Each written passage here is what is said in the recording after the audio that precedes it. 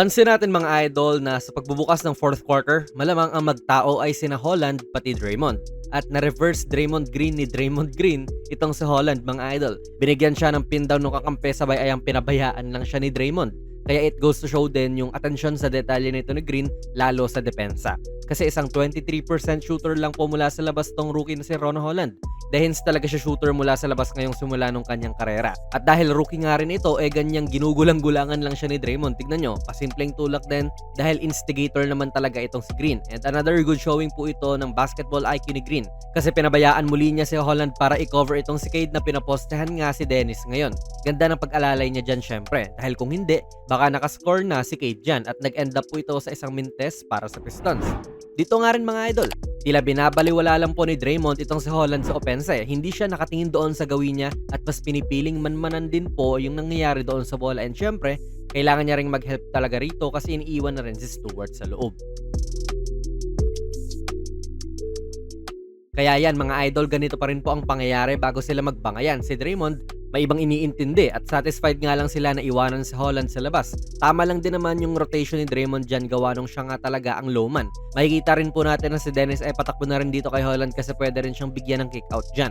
Pero hindi nga lang niya tinuloy yung takbo. At ayan mga idol, kita natin na sa pagtalo nilang dalawa, binraso ni Holland itong mukha ni Draymond, which is hindi naman din talaga maganda kahit sinong player pa yan. Nahagip din dito sa camera yung una nilang diskusyonan at hindi pa nga sila yung focus talaga nito, kundi yung fan na babae na natamaan sa dive ni Schroeder. Kaya pinaghiwalay din sila ni ref kasi nga nagbabangayan na talaga sila. Pati sina Hield at Stewart ay nagkaroon din ng sariling bangayan din na nag-cause para makuha yung atensyon ni na Holland at Draymond. At ayan nga sila chumichismis, pero may mga tulakan pa rin silang dalawa na inawat naman din kagad ni Malik. Now sa replay makikita po natin na parehas pong airborne ang players na ito kaya medyo hindi mo rin masisisi si Holland kung bakit tumulak din siya kay Draymond dyan kasi baka doon niya makukuha yung kanyang equilibrium. Although sa neck area kasi yan kaya baka pwedeng tawagan ng foul to or something. Pero wala naman pong foul dyan and yan nga po yung nangyari. Pero sa tingin nyo ba mga idol, sinasadya ba yan ni Holland? Tignan natin yung mga comments niya sa ibaba. Ang problema naman din kay Holland sa quarter na ito mga idol ay hindi niya pinagbabayad si Draymond sa kanyang pagdepensa ng ganito. Kakamintis lang din kasi nito ng tres kaya nung nakita niyang sarili niya na pwede na namang tumira, hindi siya kumpiyansa. Galing din ni Draymond dito mga idol tila nababasa niya yung gagawin ni Holland. Dito palang alam na niyang hindi titira to kaya tumigil na rin siya sa hakbang na ito.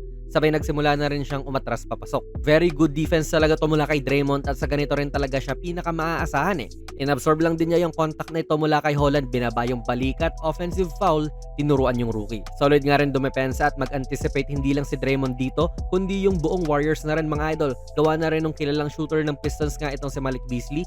Nung nakita na nilang umaamba na aangat to kasi bakit naman andyan yung shooter sa loob na loob, ang ginawa nila ay sinandwich to, hindi pinadaan. Ayan, inipit na lang para hindi siya makaangat. Foul ang tawag dito mga idol pero kita nga natin yung way of thinking nga nila kasi yung ganitong mga klaseng action ay malamang lagi nilang nakikita kasi ganyan din yung sistema nila.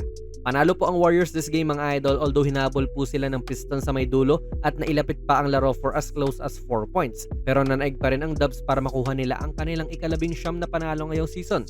Si Buddy Hield po ang nagkaroon ng team high para sa Dubs ngayon with 19 points, 5 rebounds and 3 assists habang si Steph naman po ay struggle malala this game pero nag-end up pa rin with 17 points, 9 rebounds and 6 assists. Ano po masasabi niyo sa ginawang depensa ni Draymond dito sa fourth quarter mga idol? Ilagay niyo lang po ang inyong mga komento sa ating comment section sa baba and kahit hindi na po Pasko, ongoing na po ang ating giveaway ngayong Pasko na Giannis Immortality 3. Hanapin nyo lang yung ating video sa YouTube na ito po yung thumbnail para sa mechanics. Ilalagay ko na lang din ang link sa description and comments. Kung nagustuhan nyo po ang ating video ay pakipindot na lang idol ng like button, mag-subscribe ka na rin sa ating channel at ako nga pala si Jonas PB and as always, hanggang sa muli.